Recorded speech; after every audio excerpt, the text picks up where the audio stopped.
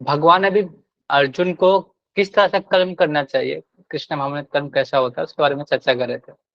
जो आज हम श्लोक पढ़ेंगे, इस श्लोक में भगवान बता रहे हैं कि हमको कैसा भोजन करना चाहिए।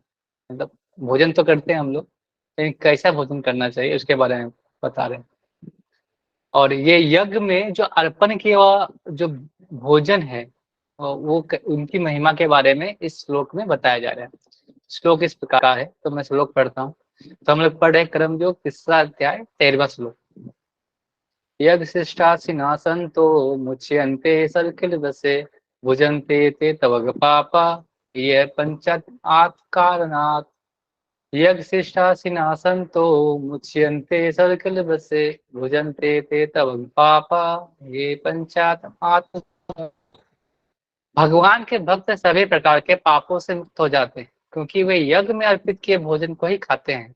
अन्य लोग जो अपने इंद्रिय सुख के लिए भोजन बनाते हैं वो निश्चित रूप से पाप खाते हैं। तो यहाँ पे भगवान यहाँ पे बोल रहे यज्ञ शिष्टासिना संतो, उस संत के बारे में बात कर रहे हैं जो भगवान के भोजन को, जो हम लोग भोजन करते हैं उसको अर्पण करके खाते हैं। तो मेनली भगवान बता रहे हैं कि हम अगर यज्ञ में अर्पण हुआ किया हुआ भोजन करेंगे तो उसमें हमें क्या प्राप्त होगा। तो अगर हम स्वार्थी हैं, अगर इस जगत में हम स्वार्थी हैं या स्वार्थी नहीं है, अगर भगवान की प्रसन्नता के लिए भी कर रहे हैं तो फिर भी भोजन करना पड़ता है। जो स्वार्थी हैं, जो भगवान की प्रसन्नता के लिए कर रहे हैं तो वो भी उनको ही भोजन करना है। तो भोजन तो, लेकिन जो भगवान के भक्त होते हैं, तो यहाँ पे संत की व्याख्या की गई। जो संत होते हैं क्या करते हैं, भगवान को अर्पित करके भोजन करते हैं। यहाँ पे बोला गया है कि जो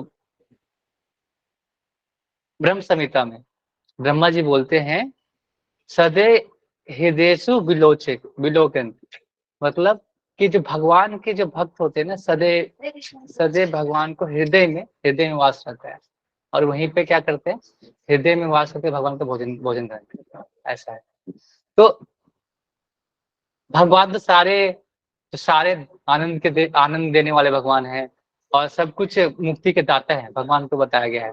तो अगर भोजन का भगवान को अर्पण करके खाता है तो क्या उसको पाप नहीं लगता। तो यहाँ पे भगवान ऑप्शन नहीं देते, जैसे कि होता ना कि एक नंबर होता है 0-1, 0 या 1, धर्म या अधर्म, दोनों में से एक ही चूज करना है। ऑप्शन बहुत कम।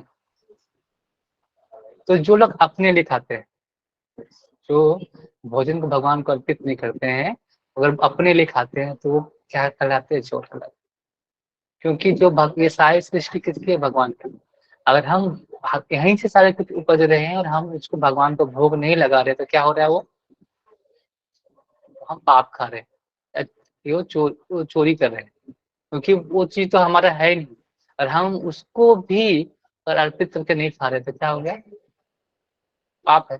जैसे गवर्नमेंट होती है, गवर्नमेंट हमें सब कुछ प्रोवाइड करती है, हम क्या करते हैं, कुछ अपने जो सैलरी का कुछ भाग है वो टैक्स के रूप में हम पे करते हैं।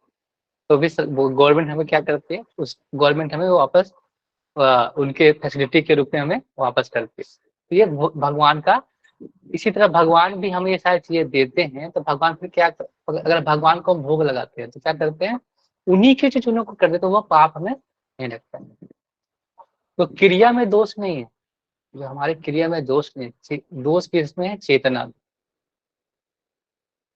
तो अगर हम जैसे संत होते हैं, जो संत महात्मा होते हैं, वो क्या करते हैं, भगवान को अर्पित करते हैं, उसको नैवेद्य के रूप में भगवान को अर्पित करते हैं भोजन को, फिर वो खाते हैं।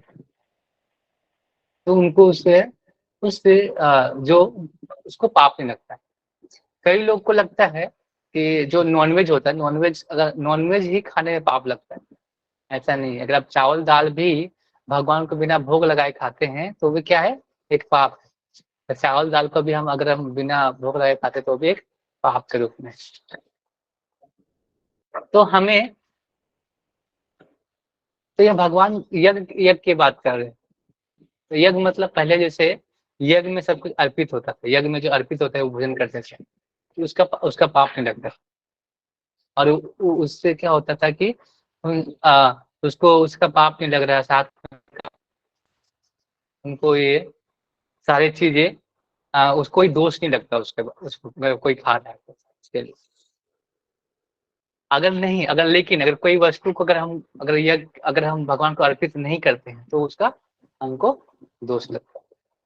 तो हम इस दोष से बचने के लिए ही क्या करते हैं, भगवान को हम भोग अर्पित करते हैं। तो हमें यही प्रयास करना चाहिए कि हमें अपने जो भोजन को अर्पित करके खाना चाहिए। जैसे कि आप बोलेंगे नहीं कि हम नॉनवेज खा रहे हैं तो हम प्राणियों की हत्या कर रहे हैं, इसीलिए हम उसमें पाप लग रहा है। लेकिन चावल दाल में क्या है, लेकिन जैसे कि अब चावल दाल जब उगाते हैं ना चावल दाल, तो उसमें बहुत सारे कीड़े मकोड़े होते हैं, साथ में कीड़े बहुत से छोटे छोटे कीड़े होते हैं। तो अगर हम उसको उसको उगाने में, उसको फिर आ, उसको सहेजने में, उसको कटने में, तो कितने जो जीव जंतु मर जाते हैं, तो उसका पाप कौन लगेगा। उसके अलावा जब वो पौधा को हम उखाड़ रहे तो उसमें भी उसमें भी अगर आत्मा होती है तो उसका भी किस कौन लेगा। तो इसीलिए क्या करते हैं ना, बार बार हम क्या करते हैं, इसीलिए हम भगवान को भोग लगा, फिर हर चीज खाने से पहले भगवान को भोग अर्पित करते हैं। आप बोलेंगे कि हम भोग अर्पित कर रहे हैं तो भगवान क्या खाते हैं क्या। भगवान खाते खाते हैं अपने दृष्टिपात करके क्या करते हैं, उसको भोजन को ग्रहण कर लेते हैं। जैसे इस सृष्टि की जब रचना होती है तो भगवान दृष्टिपात करते हैं, तो क्या करते हैं, इस जगत में चेतना आ जाती है। तो ब्रह्म संहिता में बोलते हैं कि भगवान क्या होते हैं, हर एक अंग भगवान का दूसरे का कार्य कर सकते हैं। जैसे आंख से भगवान खा भी सकते हैं, नाक से सुन भी सकते हैं, मुंह से वो सूंघ भी सकते हैं। तो भगवान का हर एक अंग है ना, दूसरे के अंग का काम कर सकते हैं, कि भगवान का अंग दिव्य है, वो हमारे जैसा नहीं है कि हमारे पंच महाभूतों से बना है, वो दिव्य है। तो इसी प्रकार का जब भगवान को भोग लगाते हैं तो भगवान वो भी खाते हैं अपनी दृष्टि से। अब हम बोलेंगे कि नहीं, कि चलो हम अगर अगर पौधे खाते हैं, लोग बोलते हैं कि अगर पौधा अगर आप खाते हैं तो अभी तो पाप कर रहे हैं। तो हम अगर प्राणियों को खा रहे तो भी तो फिर पाप, दोनों तो एक ही जैसा है। तो पाप तो आप भी कर रहे हैं, मैं भी कर रहा हूं।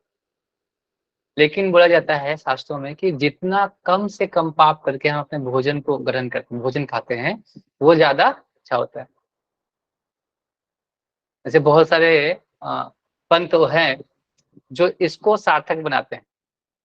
क्या बोलते हैं कि जैसे कि हम पूरे पूरे जो हम लोग साग सब्जी खाते हैं तो वो भी उसमें पाप लग रहा है, तो अगर हम प्राणियों को खा भी सकते हैं, वो ऐसा लॉजिक देते हैं। ऐसा लॉजिक देके वो जो पाप मांस खाने को क्या बताते हैं कि वो सही है, नॉनवेज खाना सही है।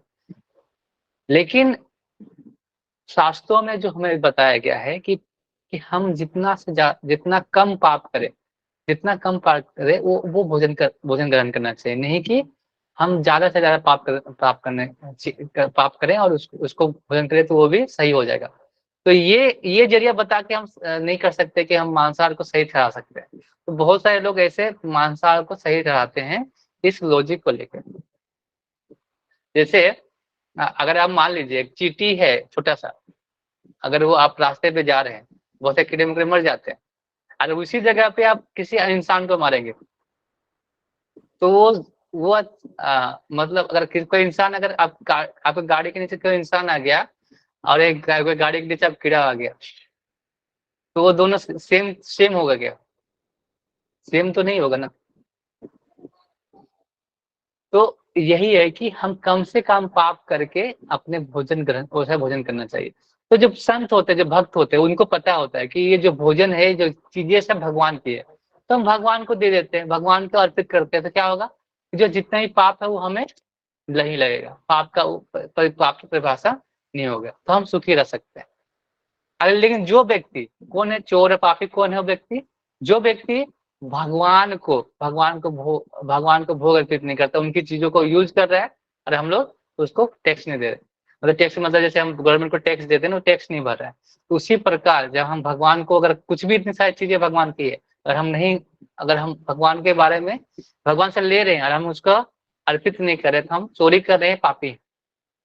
तो भगवान दो ही ऑप्शन दे रहे हैं हमें, भगवान बोलते हैं ना, जीवो जीवस्य जीवनम, मतलब सारे जीव है ना, सभी जीव का जीवन के लिए, जैसे हम पढ़े थे खाद्य श्रृंखला, एक खाद्य श्रृंखला पढ़ते हैं ना कि ये जीव ये खाता है, ऐसे करके श्रृंखला बनी होती है। तो अगर हम वो श्रृंखला से अगर टूटते हैं तो क्या होगा, जैसे हम लोग बोलते हैं ना कि अभी सेव द टाइगर, तो हम लोग बोलते हैं कि बाघ बचाओ, लेकिन अब अगर हम बाघ बचाएंगे लेकिन उनका भोजन ही नहीं रहेगा तो बाघ कैसे बचेगा? हम उसका भोजन हम खा रहे हैं तो उसका बाघ कैसे बचेगा? कभी आके देखें कि बाघ आपका फल फ्रूट खा रहा है, क्योंकि उसका स्वभाव नहीं है, वो खा नहीं सकता। तो हम अगर दूसरे की चीजों में जाएंगे तो श्रृंखला टूटेगी। तो वही इसी प्रकार ये भी एक चोरी है। आप जिसी प्रकार अगर पाप क्यों लगता है, अगर हम किसी जीव को मारते तो पाप क्यों लगता है? किसको पता है? वो आंसर दे सकते हैं। अगर जैसे हम किसी को चीज को मारते हैं तो कैसे पाप लगता है हमें? पाप क्यों लगता है हमें? मतलब कोई कारण तो होगा, पाप क्यों लगता है?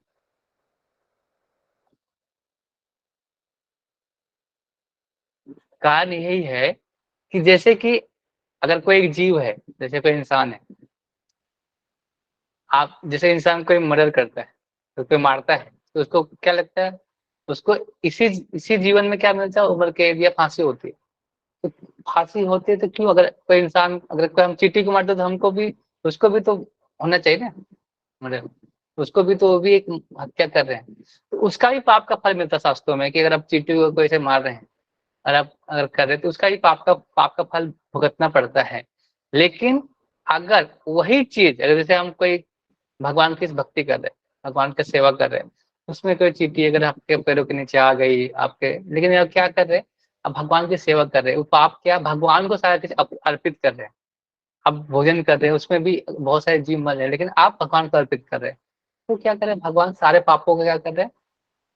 तो ना, सर्वधर्मान् परित्यज्य मामेकं शरणं व्रज, हम सर्व पापेभ्यो मोक्षासु मा शुचा। मतलब तुम जब भगवान के शरण में जाओगे, सब कुछ अर्पित कर दिया, सब कुछ त्याग दिया, तो भगवान सारे चीज क्या कर लेंगे? हरण कर लेंगे आपके सारे पापों को।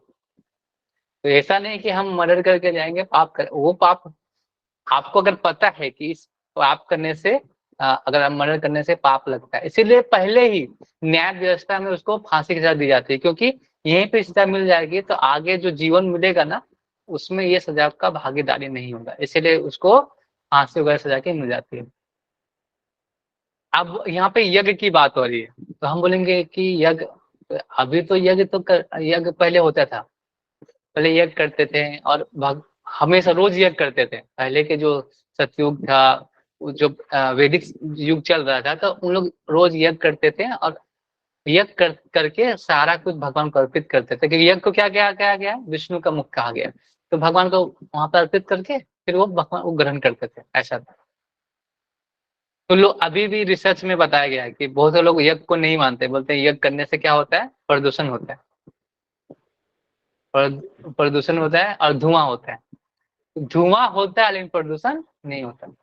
आप अगर रिसर्च में पढ़ोगे, अगर आप नेट चलाते तो पढ़ोगे कि अगर कोई आम की लकड़ी में घी डाल के अगर हम यज्ञ करते हैं तो जो उसका धुआं निकलता है उससे बहुत सारे जो जीवाणु है, कीटाणु है, जो बैक्टीरिया, वो मर जाते हैं। जैसे कि अगर आप नहीं मानते तो कोई बात नहीं, आपको आपको मानने के लिए तो आपका एग्जाम्पल पड़ा हुआ आपके साथ। अभी जो कोरोना वायरस आया था ना, वो छोटा सा बैक्टीरिया था, इन लोगों को कितना क्या किया कर पाया। तो ये अगर अगर अभी यज्ञ का प्रचलन खत्म हो गया, अभी यज्ञ कोई करता नहीं, यज्ञ का कोई यज्ञ करने का ये भी है कि नहीं होता है, क्योंकि अभी जो चीजें वो शुद्ध नहीं है। तो अगर चीज शुद्ध नहीं है तो जो यज्ञ है और जो हम मंत्र है, और हम लोग इतने पात्र भी नहीं कि हम यज्ञ कर सके, इसलिए यज्ञ अभी होता नहीं है। लेकिन अगर यज्ञ कोई करता है तो उसके जो घर का वातावरण और सब सब चीजें वो क्या हो जाती है, जो नेगेटिव चीजें वो सारे खत्म हो जाती है। तो वही चीज है, जैसे नेगेटिव चीज खत्म होने से सब भगवान को हम अर्पित करते हैं, भोजन को अपने भोग अर्पित करते हैं, तो वो क्या होता है? प्रसाद बन जाता है। तो सारे चीजें जो पाप हम लोगों ने उस भोजन को बनाने में की है वो खत्म हो गई। तो ये की ये ये हमारा यज्ञ है। भगवान को हम लोगों ने भगवान का नाम लेते हैं। अभी देखिए भक्त क्या करते हैं, पहले भगवान भोजन बनाते हैं, फिर भगवान को मंत्र उच्चारण करके उसको भगवान को अर्पित कर देते हैं। तो आप भी अगर उस भोजन को, अगर आप जिस अगर जगह में हैं और आप कुछ भी भोजन बना रहे हैं, भगवान को अर्पित कीजिए, भगवान को थोड़ा अर्पित कीजिए और खाइए।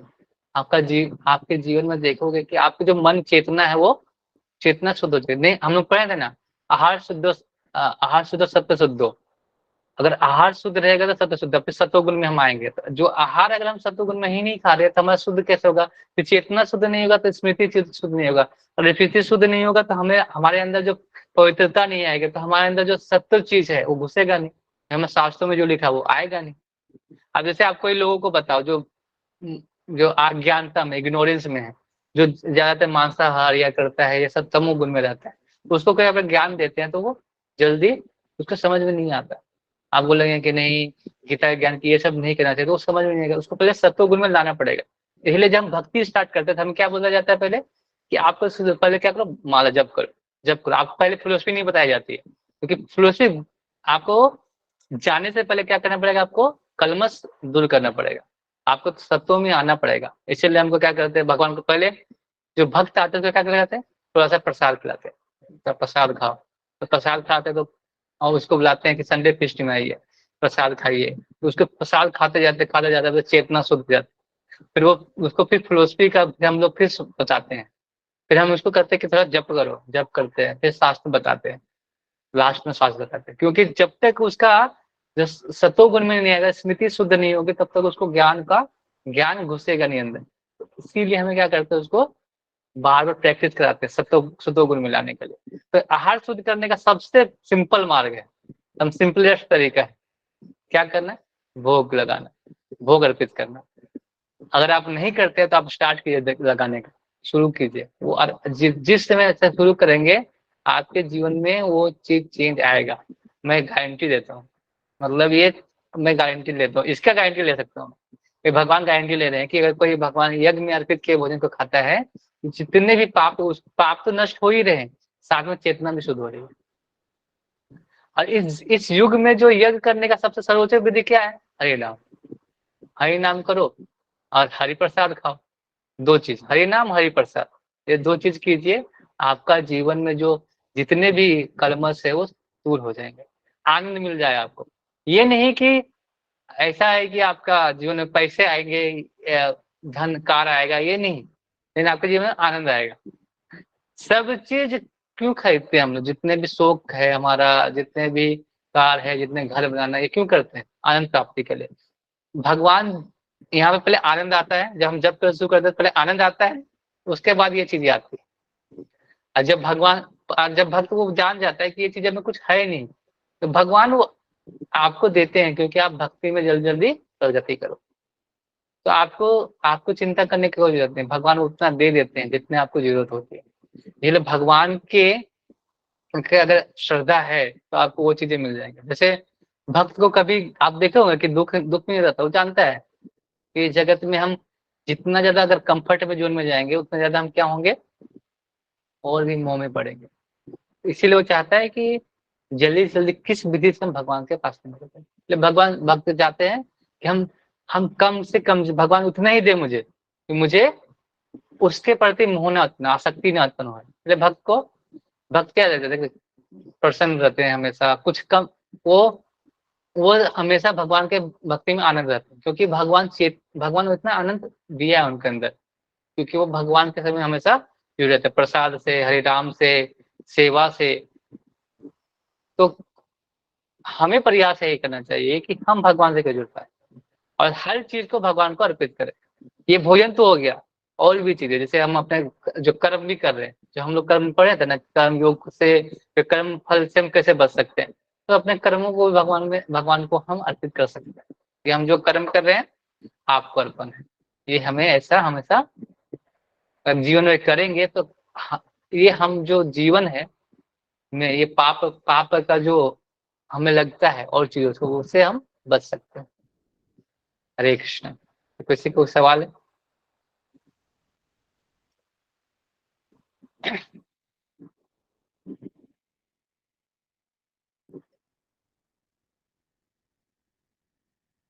जैसे एक और मेरे को याद आया कि जैसे हर चीज को कैसे शुद्ध किया जा सकता है।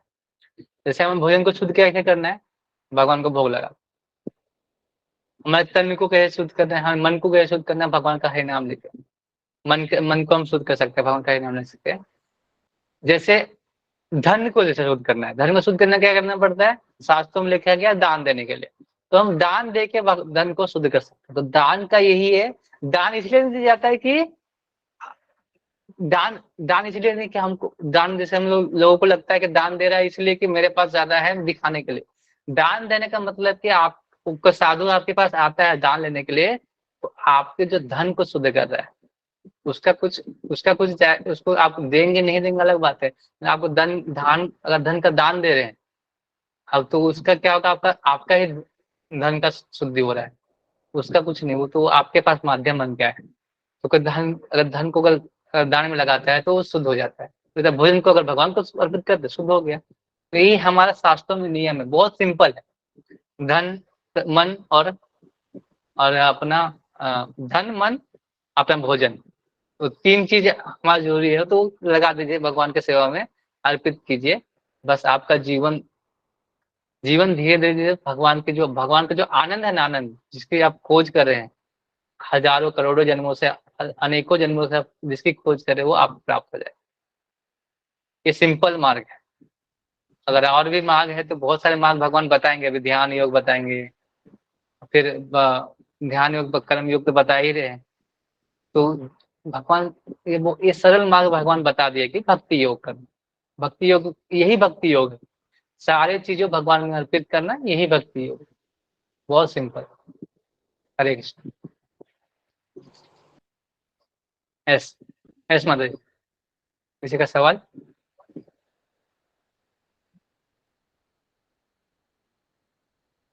एस माता जी बोलिए, प्रियंका माता जी। हरे कृष्णा प्रभु जी, दंडवत प्रणाम। हरे कृष्ण हरे कृष्ण। प्रभु जी, जैसे कि आपने अभी बताया कि भगवान को भोग लगाते हैं, तो सपोज हम हम्म लोग बाहर होते हैं तो हम्म हमारे पास विदाउट अनियन गार्लिक फूड है या फिर फ्रूट है, हम्म। तो वो भगवान को अर्पित तो तब करते हैं जब भगवान का विग्रह हो या फिर घर पे हो। तो बाहर कैसे करेंगे हम लोग, क्योंकि बाहर तो विग्रह भी नहीं होता है। ऐसा नहीं है कि भगवान को विग्रह कोई भोग लगा के करना जाता है।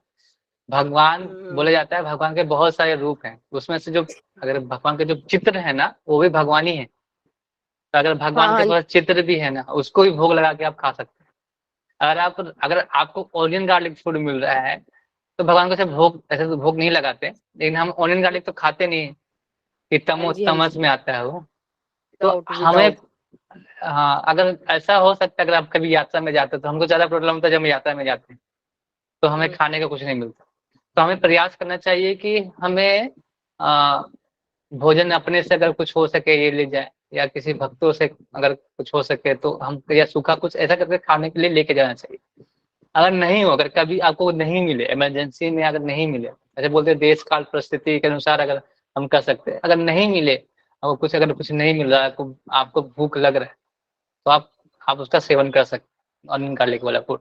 अगर इमरजेंसी सिचुएशन, अगर कुछ नहीं मिल रहा था, फल फूल भी नहीं मिल रहा था, तो खा सकते हैं, कोई दिक्कत नहीं नहीं। प्रभु जी, लेकिन वो वो जैसे कि वो बाहर परिस्थिति एक जाते हैं, इमरजेंसी है। नहीं हाँ, जैसे क्या बोल बाहर रहे हैं? जाते हैं तो भगवान को वो फ्रूट ऑफर करना है हमें, और हमारे पास हम्म। भगवान का चित्र भी नहीं है, तो फिर वो कैसे फ्रूट हम ऑफर कर सकते हैं भगवान को। आपके पास मोबाइल है? हाँ आपके पास जी। मोबाइल रहता है ना, उसमें फोटो है जी। भगवान का? वो है जी। ना वो, तो क्या भगवान नहीं है? आप तो भगवान मीन्स को भोग लगाने के लिए, और हाँ, कर जो सकते हैं आप। भगवान, जैसे कि नरसिंह भगवान हो गए, राम जी हो गए, उनको भी कर सकते हैं किसी अगर को किसी के। किसी को हाँ। भी कर सकते हैं आप भगवान तो सभी हैं, सब रूप में है ना। भगवान जी को आप जी मन जी। में भी कर सकते हैं, जैसे श्री विष्णु करके भी आप खा सकते हैं, लेकिन वो सिचुएशन, अगर वो ऐसा परिस्थिति है, अगर आप भोग नहीं लगा पा रहे, तो भगवान को आप मन में भी बोल सकते कि मैं भगवान में आपको ये अर्पण करके मन में। भगवान तो सिंपल है ना, भगवान को उतना ऐसा नहीं। आप भगवान के भाव कितना है आपका, भगवान के प्रति, ये भगवान देखते हैं। ये नहीं कि आप जाके घंटी उंटी भी है साथ में, अगरबत्ती है, तभी भगवान भोग स्वीकार करेंगे, ऐसा नहीं। भगवान तो आपको देखते हैं भाव, आप भगवान को अर्पित करना चाहते हैं कि नहीं। जैसे जी। क्यों? टैक्स पे करते हैं, कभी कोई लोग जाके टैक्स पे करता है, कोई ऑनलाइन टैक्स पे करता है, कोई जी। कोई दूसरे को देके पे करता है, तो लेकिन टैक्स पे कर रहा है ना वो, उसको तो वो तो गलती नहीं कर रहा, वो तो चुका रहा है, तो उसको अगर आप भोग अर्पित कर रहे हैं, लेकिन आप आपकी स्थिति वैसी नहीं है कि आप भोग नहीं लगा पा रहे, तो ये स्थिति है कि आप कर सकते हैं। आप फोटो में लगा करें, अगर तुलसी पत्ता नहीं है तो हम एक बोलते हैं मानसिक पूजा, मानसिक मन में तुलसी का आह्वान करके उसको सोचे कि तुलसी वहां पे है, आप भगवान को भोग लगा। जी जैसे प्रभु। हम लोग ट्रेवलिंग करते हैं, जनरली क्या करते हैं ना कि हम लोग पहले भक्तों को कांटेक्ट करते हैं, जैसे हम जिस जगह से जा रहे हैं, स्टेशन से जा रहे हैं, तो हम भक्तों से फोन करके, अगर आप कहीं जा रहे हैं तो आप ऐसा कोई अगर कांटेक्ट है तो उनको बोल सकते हैं कि आप थोड़ा सा कुछ मेरे लिए प्रसाद ला सकते हैं, तो भक्त करते हैं। आप अगर आपके यहाँ कभी आएंगे तो आप दीजिए, तो ऐसे क्या होगा, संबंध भी हो गया, आपको प्रसाद भी मिल जाता है। तो हम लोग ऐसा ही अभी तो जनरली हम लोग ऐसा ही करते हैं, कहीं ना कहीं मिल जाता है प्रसाद। अब इतने लोग हैं कि भक्तों से हम फोन करके ऐसे मंगाते हैं। अगर नहीं मिल रहा है तो आप फल ले सकते हैं, बिस्किट खा सकते हैं, बिस्किट खाने में कोई दिक्कत नहीं। बहुत सारे ऑप्शन होते हैं, प्रभु आपको मिल जाएंगे। हम्म। बिस्किट होता है ना, उसके अंदर एग एडिड होता है, ये तो तुम फालतू का वो करते हो कि बिस्किट खा नहीं नहीं सकते हैं, बिस्किट भी खा सकते हैं। नहीं, आप वो सब बिस्किट में नहीं होता, आप ऐसे वेज बिस्कुट आते हैं उसको खा सकते हैं। वो हम्म। चेक कर लें आप, जब बिस्कुट लेते हैं ना उसमें पैकेट में चेक कर सकते हैं। हाँ वो प्रभु जी, वो वेज और एक वो होता है ग्रीन कलर का तो होता है, वो वेज होता है। और जिस बिस्किट में एक नहीं होता, केक वगैरह में होता है, उसमें बिस्किट में नहीं होता। भी बता देते हैं, और बिस्किट में अगर होगा तो वो भी बताया जाता है पैकेट के बारे में। हाँ। हम्म। देखिए एक बार क्या हुआ था, मैं स्टोरी सुनाता हूँ। अगर प्रभुपाद जी को, मतलब जनरली प्रभुपाद जी को, मतलब एक तमिलनाडु गोस्वामी महाराज थे, या मेरे को नाम याद है, तो उनके एक डिसाइपल थे, तो उन्होंने उनको बोला कि अगर बोले थे चाइना जो प्रचार करने के लिए, तो बोले कि नहीं नहीं मैं नहीं जा सकता वहाँ पे, हमारे हमारे लिए भोजन नहीं मिल पाएगा वैसा, मतलब वहाँ पे मांसाहार करते हैं सब, हमको कहाँ से भोजन प्रसाद मिल पाएगा। तो बोले कि वो प्रभुपाद बोले, eat meat but preach, eat meat and preach. वो बोले कि मीट भी खा सकते, प्रीच बोले, वो उसका उनका मतलब था कि अगर परिस्थितियां वैसा है, अगर वैसी अगर आपको नहीं मिल पा रही, अगर आप मतलब अगर आपको कुछ ऐसा जगह पे चले गए हैं कि वो सब नहीं मिल पा रहा है, तब क्या करेंगे। अब स्थिति आप आपकी मृत्यु पे आ गई है, तब ऑनियन गार्लिक, वो इमरजेंसी सिचुएशन बता रहा हूँ मैं, ऐसे में तब बना, अगर मिल रहा है तो खाइए, अगर नहीं मिल रहा है, अगर आपको लास्टली नहीं मिल रहा है, आप भूखे भूखे मरने वाले हैं, तो आप ले सकते हैं। ऐसा है।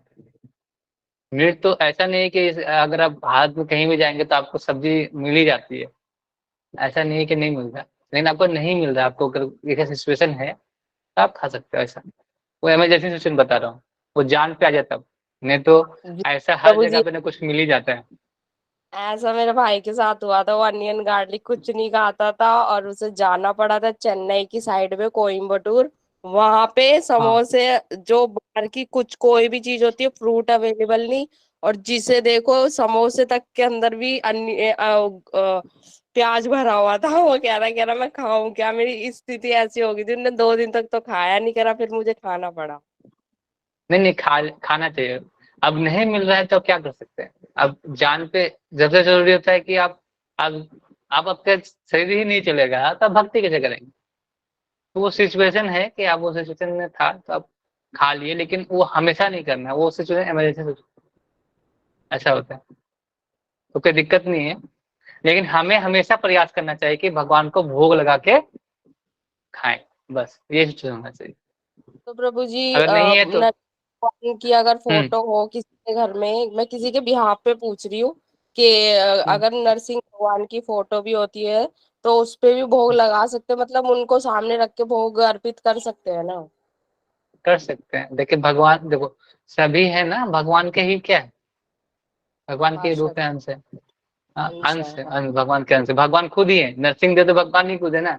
भगवान भक्त हम्म। वत्सल भगवान वो हर एक भगवान हर एक भक्तों के अनुसार, भाव के अनुसार भगवान अपना रूप बदल देते हैं, चेंज कर लेते हैं रस के अनुसार।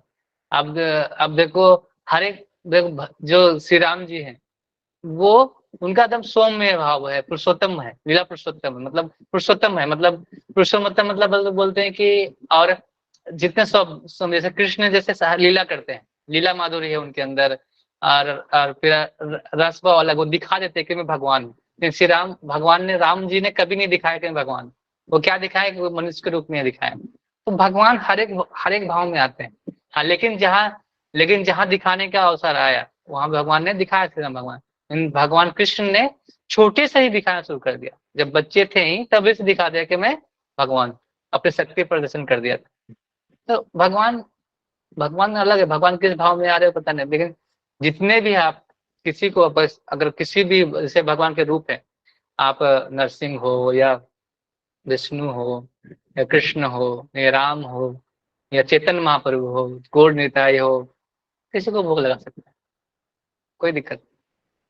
लेकिन वो भगवान को अर्पित होना चाहिए, बस हो गया, ये कोई दिक्कत नहीं। थैंक यू प्रभु जी। और कुछ किसी का सो सवाल? हरे कृष्ण प्रभु। प्रभु जो हाँ। आप बोले थे चींटी का हम मारते हैं, वो दोष लगता है क्या? हम्म। हाँ, दोष लगता है उसका भी। जो क्यों, कैसे क्यों? तो चींटी हमको कुछ काटेगा तो हम तो मार सकते हैं ना? मार सकते हैं, लेकिन क्या है कि जैसे होता है ना हत्या, अब उसमें भी आत्मा है ना, जी। उसमें भी आत्मा है, उसको अगर हम मार रहे हैं तो भी हत्या है, हत्या ही है। हाँ, लेकिन वो हत्या अगर करे जैसे कि आप कोई सेवा कर रहे हैं, आप गलती से कुछ सेवा कर रहे हैं, अगर सेवा कर रहे हैं भगवान की और उसमें कोई कुछ हो जाता है गलती से, तो वो उसका पाप नहीं लगता, ऐसा है। तो लेकिन जो वैष्णव भक्त होते हैं ना, वो एक मच्छर को भी नहीं मारते, मतलब मच्छर मतलब होता है ना मच्छर, उसको भी नहीं मारते, क्योंकि वो उसमें भी भगवान के स्वरूप को देखते हैं। जैसे होता है ना कि संत किसको बोलते हैं कि सब किसको सब कुछ समान रूप से दिखते हैं, सब कोई, हर कोई भगवान के अंश के रूप में दिखते हैं, इसलिए नहीं मारते। तो वैष्णव बनने का सबसे बड़ा चीज है कि सहिष्णुता, मतलब सहिष्णुता, दया होनी चाहिए सब जीवों के प्रति, चींटी से लेके सब। हाँ, लेकिन वही है कि अगर आपको मतलब भगवान की सेवा के लिए कभी आपके से हो जाती गलती से, आपके पैर लग गया, वो उस वो कुछ हो जाएगा कि भगवान देखते हैं। लेकिन आग अगर जान के भी मार रहे तो क्या कि वो छोटा है ना आपसे, आप उसका जीव की हत्या कर रहे हैं, तो आप पे पाप लगेगा ही, ऐसा। तो वो पाप लगता ही है। क्या कि हम जैसे पाप क्यों लगता है किसी का, हम किसी की हत्या करते पाप क्यों लगता है? जैसे अगर कोई इंसान है उसकी उम्र 50 साल तक जीने की, हम उसके बाद मार दिए, ठीक है, 30 साल में मार दिए, कोई मर्डर कर दिया, तो उसको पाप किस लग रहा है? क्योंकि उसको जीवन 50 साल तक था, तो वो उसको जीवन उसको पूरा नहीं हुआ इस जगत में, तो उसको फिर से इस जगत में आके फिर से उसको जीवन को पूरा करना पड़ेगा, या उसको भटकना पड़ेगा इस योनि में, और योनि में भटकना पड़ेगा, और फिर से क्या करना पड़ेगा, फिर से उस जीवन को जीना पड़ेगा, तभी उसको मुक्ति मिलेगी। उसी प्रकार जो जीव है, जैसे कोई चींटी है, चींटी को मार दिए, उसको अगर उसका जीवन नहीं पूरा हुआ, वो मर गया, फिर से चींटी को लेना पड़ेगा उसका जीवन, फिर उसको अपना जीवन पूरा करना पड़ेगा। उसका आपने रोक दिया ना, उसका जो डेवलप जो लाइफ साइकिल रोक दिया, तो क्या होगा, जीवन चक्र रुक गया ना, इसीलिए पाप लगता है, इसीलिए हमें पाप लगता है और कुछ नहीं, जिसको हम किसी की हत्या करते हैं। तो सबसे अच्छा मार्ग है कि वो तो हम रोक नहीं सकते चींटी को मारना, कि हम गलती से हो सकता है, तो हमें इसीलिए प्रार्थना करना है कि हम शरण में भगवान को जब जाते हैं तो सर से ज्यादा सारा पाप हमारा, वो तो बोल रहे हैं ना, सब पाप हम ले जाएंगे, आपको मोक्ष प्राप्त होगा। इसलिए जब भगवान के शरण में जाते हैं तो फुल्ली शरणागत होना पड़ेगा। जब शरणागत होंगे तो अपने आप जब दया आएगा ना, तो ये चींटी वगैरह जो है ना, आप अपने खुद ही, गलती से भी नहीं होगा, भगवान जब दया आ जाएगा धीरे धीरे, तो इसमें पाप लगता है। ये कोई भी हत्या करेंगे किसी भी जीव का तो उसमें पाप लगता है। आप गरुड़ पुराण पढ़िए थोड़ा, गरुड़ पुराण में दिया गया कि हर एक चीज को, किसी को मारने का, तो उस पाप का क्या फल होता है, तो गरुड़ पुराण पढ़ेगा ना, वो डर जाएगा। जैसे कोई अगर मच्छर को मारता है ना, उसका भी पाप लिखा हुआ है, कोई चींटी को मारता है उसको भी पाप लिखा हुआ है, सबका पाप है। और कोई भगवान को भोजन अर्पित नहीं करता है, वो भी पाप है। सब तरह का पाप लिखा। आप गरुड़ पुराण अगर आपको टाइम है तो पढ़ सकते हैं, उसमें लिखा हुआ है। जब गरुड़ जी का वार्तालाप होता है भगवान, तो भगवान उनके सारे कुछ बताते हैं उनको, सारे नरकों का उल्लेख, अलग अलग नर्क बने हुए, हर एक चीज का, हत्या का, हर एक चीज का पाप कैसे। हाँ, लेकिन जो वैष्णव होते हैं, भक्त होते हैं, वो इस चीज से सबसे ऊपर होते हैं। तो अगर हम कुछ कर रहे हैं, अगर हम जानबूझकर नहीं कर रहे हैं, अगर हम कोई हमारी त्रुटि हो जा रही है हमसे, मतलब हत्या हो जा रही है, लेकिन हम किसी के सेवा में, भगवान की सेवा में कर रहे हैं, तो उसका पाप भगवान ले लेते हैं। ऐसा चलो, और ट्री ट्री के लिए, क्या बोल रहे हैं? ट्री तो भगवान है ना, ट्री ट्री हाँ पेड़ में, हाँ, पेड़ है। देखो, तो इसमें तो पेड़ हम तो तो वही ना, कम से कम पाप, जैसे उस पर चेतना हो। जैसे एक इंसान में जो चेतना होती है, एक ये जो जानवर में चेतना होती है, जैसे एक गाय में चेतना है, एक बकरी में चेतना है, वो पेड़ पे नहीं होती, वो शिथिल चेतना होती है, वो उतना जागरूक चेतना नहीं होती। लेकिन जो चेतना इन लोग, जैसे जैसे अगर कोई गाय को मारते हैं तो उसके आंखों से अश्रु निकलते हैं, सबसे ये निकलते हैं, लेकिन वो चेतना उस पर दिखती है, शो करते हैं। लेकिन पेड़ों पे उतना चेतना नहीं होती है, वो उतना उतना सूक्ष्म चेतना होती है, ज्यादा चेतना बड़ी नहीं होती है। जैसे आप जो पौधा भी खा रहे हैं, साग भी खा रहे हैं, उसमें भी चेतना होती है, लेकिन वो चेतना बहुत कम, मतलब सूक्ष्म चेतना है। उसमें चेतना है, आत्मा भी है, लेकिन सूक्ष्म चेतना है उसका। इसलिए इसलिए इसको खाते कम कम पाप लगता है। कम से कम जितना सीन करके खाएंगे, मतलब जितना से कम पाप करेंगे, वो पाप को खाएंगे तो वो ज्यादा अच्छा होता है। हरे कृष्ण। प्रभु जी, मुझे कुछ और भी पूछना था। हाँ बोलिए ना। वो पुरुषोत्तम मास में नेल्स कटिंग नहीं हो सकते ना, और ना ही हेयर कटिंग हो सकते? ऐसा आज मैं वही लेक्चर सुन रहा था। वो नेल कटिंग ऐसा कुछ नहीं है। देखिए, मैं एक बताता हूँ आपको। तपस्या मैं तपस्या मतलब क्या है? पहले पहले पहले लोग पहले कटिंग नहीं करते थे, उसका कारण था, पहले लोग जो बाल नहीं कटाते थे, नेल कटिंग नहीं करते थे, क्योंकि वो भगवान की भक्ति में इतना रम जाते थे, उनको होश नहीं होता था कि कैसे हम क्या कर सके। और वो टाइम नहीं होता था कि वो बाल कटाए, नेल कटिंग करे, इसके लिए वो नहीं काटते थे। लेकिन अभी सबसे बड़ा चीज क्या है कि अभी लोग क्या करते हैं, बाल बढ़ाते हैं कि हम पुरुषोत्तम मास कर रहे हैं, तो बाल हम अच्छा से रखेंगे, ये करके रखेंगे। सबसे बड़ी तपस्या है आज के कलयुग में कि आप हरिनाम का जप करें, हरिनाम का जप करके बैठ के करें। जितना ज्यादा हरिनाम का जप करें, भगवान का नाम सुन रहे हैं, यही बड़ी तपस्या। आप नेल कटिंग कर सकते हैं, बाल भी कटा सकते हैं, कोई दिक्कत नहीं। सबसे बड़ी तपस्या आपके जीवन में है। अभी पुरुषोत्तम मास में हमको क्या करना पड़ता है? ब्रह्मचर्य का पालन करना पड़ता है। ब्रह्मचर्य का पालन कीजिए।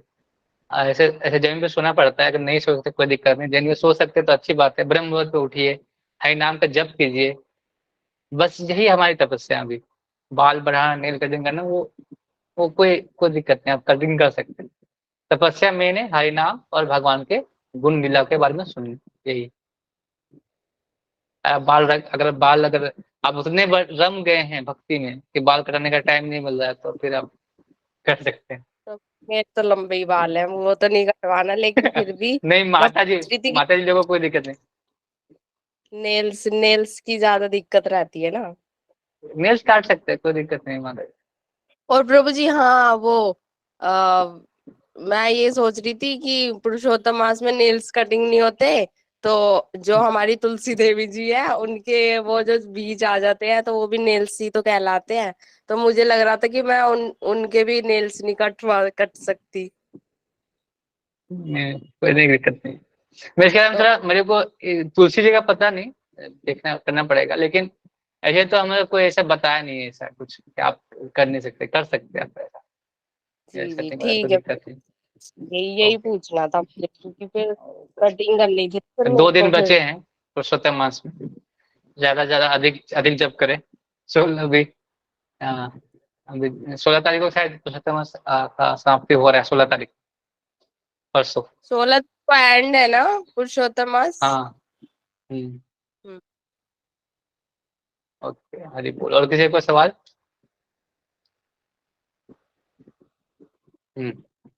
ओके, हरे कृष्ण। तो फिर कल मिलते हैं इस समय हरे में। कृष्णा प्रभु जी, प्रणाम, धन्यवाद, आप बहुत दिनों बाद आए। हाँ, अभी थोड़ा बीच बीच में मैं कभी गायब हो जाऊंगा, क्या कि थोड़ा कहीं जाना पड़ता है तो मैं टाइम नहीं दे पाता। नहीं, जन्माष्टमी तक बहुत होगा, नहीं, तो जन्माष्टमी फिर हो आपने ठीक हो बहुत जाएगा। करी है, हाँ आपने बहुत छुट्टी करी है। हाँ, मैं छुट्टी ले रहा हूँ अभी।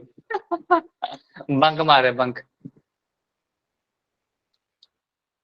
अब एक और ठीक है, मैं देखता हूँ अगर किस कथा होगा तो मैं अभी डाल दूंगा, अगर हो सकता है तो नोटिफिकेशन डाल देता हूँ। हरे कृष्ण। हरे कृष्णा कृष्ण कृष्ण हरे हरे, हरे राम राम राम हरे हरे।